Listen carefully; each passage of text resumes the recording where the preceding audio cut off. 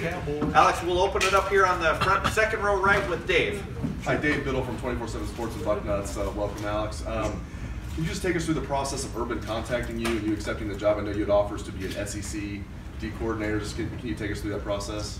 Well, I think anything, when you have opportunities, those stem from having success and wherever you've been, and so that's always your number one motivation, probably in any business, but certainly in ours, is to make sure that you're accomplishing whatever goals you have set for your current team, at that time. And so had some successes out there at Washington State, and opportunities presented themselves as a result. And then as you go through that, you look at pluses, minuses, and certainly there's a lot of pluses at a place like Ohio State.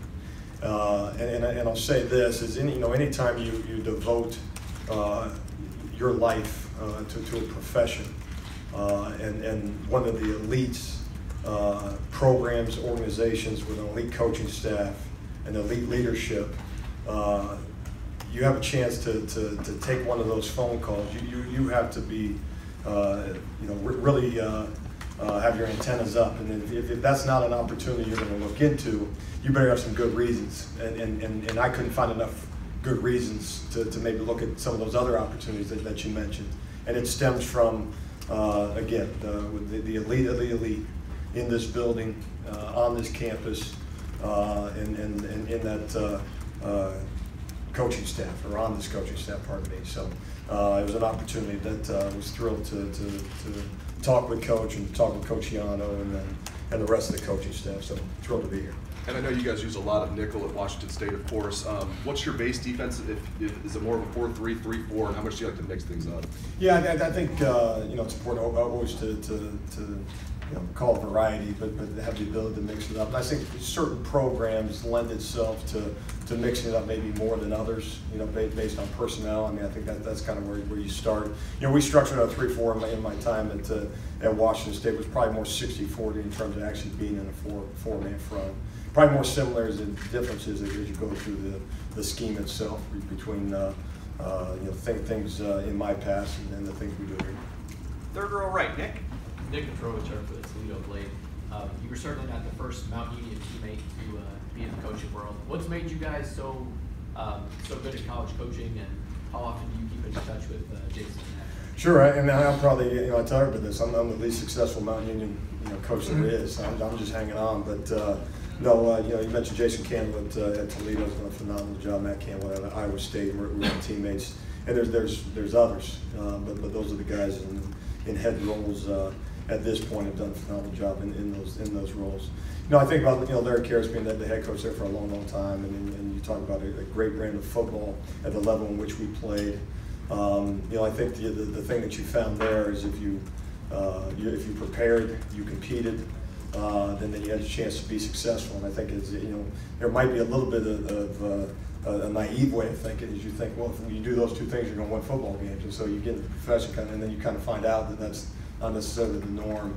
What takes place up at Mount. But no, I mentioned that coaching staff, just tremendous. You get your undergrad in coaching at a place like that, and so that was a tremendous opportunity for all of us to learn from that coaching staff. Front row right, Bill. Bill Rabinowitz from the Columbus Dispatch. First of all, what does it mean to you to come back to Ohio, being a Grove City guy? And secondly, you're joining a staff with Greg Schiano, a very accomplished staff. How do you mesh what you do, your personality, or your ideas with what is already here? Sure. And I'll answer the second question first. I'll say, my role here is to help in any way I can in terms of adding value to the defensive side of the ball, and then adding value from a recruiting standpoint. And I think that's the charge of any assistant coach at every program. Whatever titles or roles that you're given, your job is to exceed the expectations of the head coach, and obviously the expectations here are very, very high. And so, from that standpoint, feel very comfortable in working with this coaching staff, and what a great group of mentors to young men, and what a great you talk about elite coaches, and I just keep coming back to that. So thrilled that way, and then certainly from You know, a local standpoint, you know, Ohio is home. My wife's from Alliance, Ohio. You know, we you know, for the last, we haven't lived in the state since graduating college. So it's been like 17 years, 16, 17 years since we lived in the state. So we vacation in Ohio. I mean, that's kind of as you go around the country and all the stops along the way in coaching. But most certainly this is home. And is that the driving force in this opportunity? No. It's the program, it's the university, but obviously that to suggest that's not an added bonus, I'd be lying to. Were you a big Ohio State fan growing up?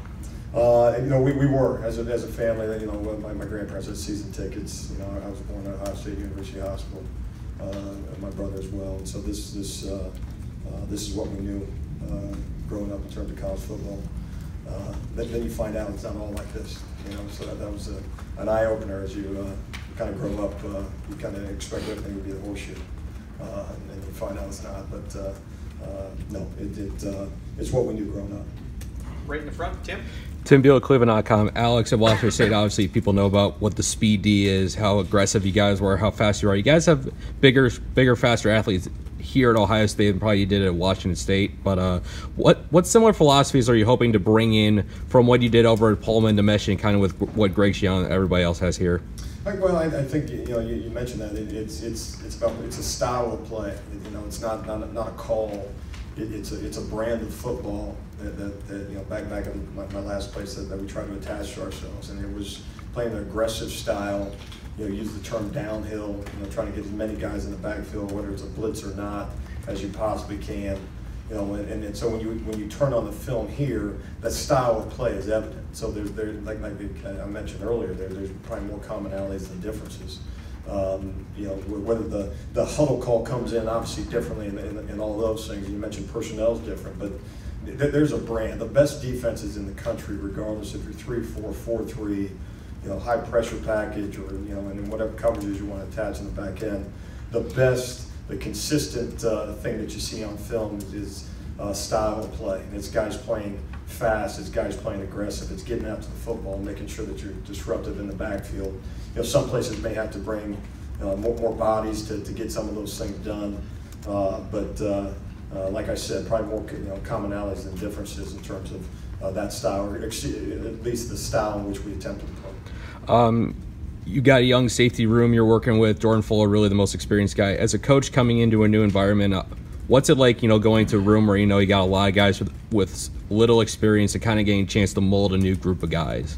Well, it'll be interesting, and you'll find out a lot more. You know, I mentioned the guys this morning had, you know, however important, and it is, you know, the off season is, but from a meeting room standpoint, from a walkthrough standpoint, and obviously we're involved in all those things, cranking up, you know, quite a bit now as we lead into next week. You know, we haven't performed on the field yet, and that goes for all positions, whether you're talking about safeties or anyone else. And so we've rehearsed the calls, we haven't performed the calls. You know, life changes when there's football out there, and so we're going to find out next week. But that's an impressive group of guys. I think we have good speed, good movement skills as you look at it. I think the film suggested that Jordan Fuller can be a lead defensive back in this conference and on a national level. And we got to make sure that the other guys you know, respond to the challenges that are put forth in front of them in terms of who's going to be you know, the two starting safeties and the two safeties behind them, and then who's going to compete for playing time come fall. One more, you obviously got football bloodlines. Your uncle is Gary Pinkel. You got to work with him a little bit in Missouri. What was the biggest thing you learned from him when you were on his staff?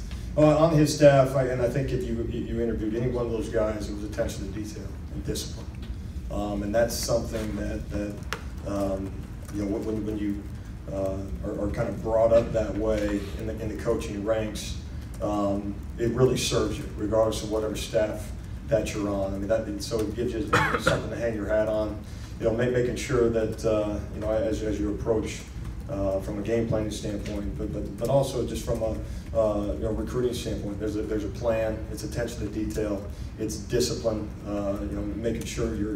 And if I didn't say those things, you'd be mad at me too, because that was ingrained in us. Going back to my years as a graduate assistant several years ago, and then back you know, in the SEC a few years ago. we had some successes there. But no, it's attention to detail and discipline in absolutely everything that you do, and make sure you have a plan for everything. But those are the key things. Third row left, Dan. Alex, Dan Hope from 11 Warriors. Alex, when you have the opportunity to come in and work not only for Urban Meyer but with Greg Schiano as defensive coordinator, as you kind of look ahead to your potential future as a coach, how much of an advantage is it for you to have the opportunity to come in and work with two guys who have been head coaches at this level? Well, it doesn't happen, and that's just the reality of it. Those opportunities don't present themselves in this profession, and so that's something that is absolutely thrilling. Obviously, once you get in the walls and once you get in the building and once you get in the meeting room and ultimately practice come next week, the focus is making sure that you're doing right by this program, doing a great job from a developmental standpoint with those guys, coaching the room and all those things, and so looking forward as to what those relationships or the learning experiences that you can gain from being around those individuals, and there's more guys on the staff that you can learn from as well. But I mentioned it earlier, to be around an elite group of coaches and an elite leadership, that doesn't happen in our business very often. I've been in it long enough to appreciate that. And so absolutely, again, selfishly, awfully excited to be able to work for and work with this staff. Greg had some opportunities that he ultimately decided to turn down, but when you came in here, did you know that he would be back, or were you uncertain if you might have to take over as defensive coordinator? No, I took this role knowing what the role was going to be, so that there's no looking forward, and nor is there now. Second row right, Tony. Tony Gerdeman, the Ozone. Speaking with the new Ohio State basketball assistants last summer, they talked about in recruiting just having the black hole on your chest, how many more doors that gets you in. I'm wondering how your first couple of months of recruiting has been, and are you seeing what's it like getting into more doors, I guess? Well, I think that the initial conversation is certainly different, that initial phone call and getting guys to call you is a little bit easier than maybe some of my past styles. But in the end, it's about making sure that you're getting the right student athlete to bring to the program. So and it's there's more to it than just that initial reaction. But no, there's a brand attached to Ohio State, and that's putting it mildly.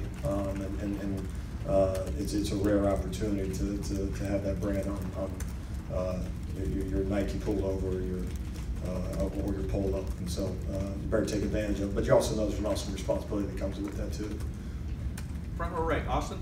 Austin Ward, Atlanta 10. Alex, if you and Coach Schiano both have backgrounds with safeties, I think we all assumed that you would work in the secondary. I don't know how much, this might be a Coach Meyer question, but how is this new structure going to work? Is Coach Schiano still involved in the secondary? What is his responsibility, your responsibility when it comes to putting together that back end now? Right now, I'll be coaching the safeties, and Coach Johnson have a chance to visit with here shortly. We'll be coaching the corners, but beyond that, in terms of the specifics, Coach Meyer can answer that better.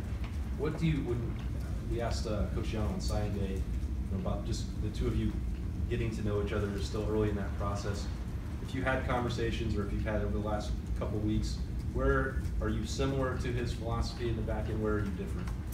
Very, very similar, you're talking about, and maybe some people forget how successful Coach Schiano in a leadership role, as a head coach, and also we're talking about I think the 9th ranked defense in the country a year ago, so to pick his brain and hear his coaching points, how specific he is in his teaching. Again, I think broad picture, very, very similar. But anytime you go into a new situation, minus when you're maybe on a new staff, or you're in a situation where you're just flat out going to change everything, it's my responsibility to learn the language, not the kid's responsibility. So that's kind of been my charge over the last few weeks to make sure that I'm singing the right song, as opposed to revert back to terminology and stuff like that. But big picture, philosophically, very, very similar. Very, very anxious to kind of feel next week and kind of see it live in the color. Front row right, Tim. Tim May comes to Dispatch. Alex, what is it like now that you're inside the building to work under Coach Meyer? What is he like as a head coach? How would you describe him?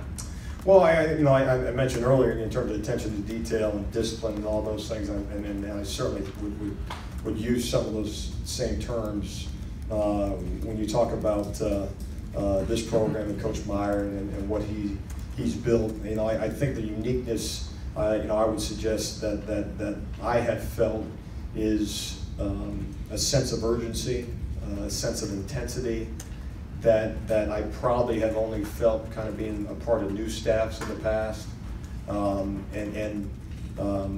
So to suggest that you walk into the building and the program's built and you kind of feel like, okay, it's just on, okay, the calendar flips every month and this is what we do this month, a sense that it's just another year, just another month, and we'll get ourselves to spring. It feels like it's a new staff and one that trying to build a program, and then I think that just stems from the high bar that he has set, Coach Meyer himself, and obviously the high bar at a place like Ohio State. In other words, there's an urgency every day to improve. Do you? 1,000%. Yeah. 1,000%. And you can feel it. Yeah. And one other thing, you talked a while ago, and it's funny because I was going to ask this question about learning the new language or learning a different way to say something. But what is it that you think you brought to Washington State that you saw the guys' eyes light up about? Obviously, aggression is one thing, but what is it that you kind of specifically brought there that got their attention? I think in a program like that, you're talking about, number one being effort. Effort's the greatest equalizer in sport. No one has a monopoly on that. And then bigger, faster, stronger, and all those things. And there's on a week-to-week basis, you may be plus, you may be minus, you may be even. But if you get a group of guys with fanatical effort, and then you as a coach, it's your responsibility to put them in a situation where they're sound. But kind of philosophically, you're saying, okay, we want to be sound.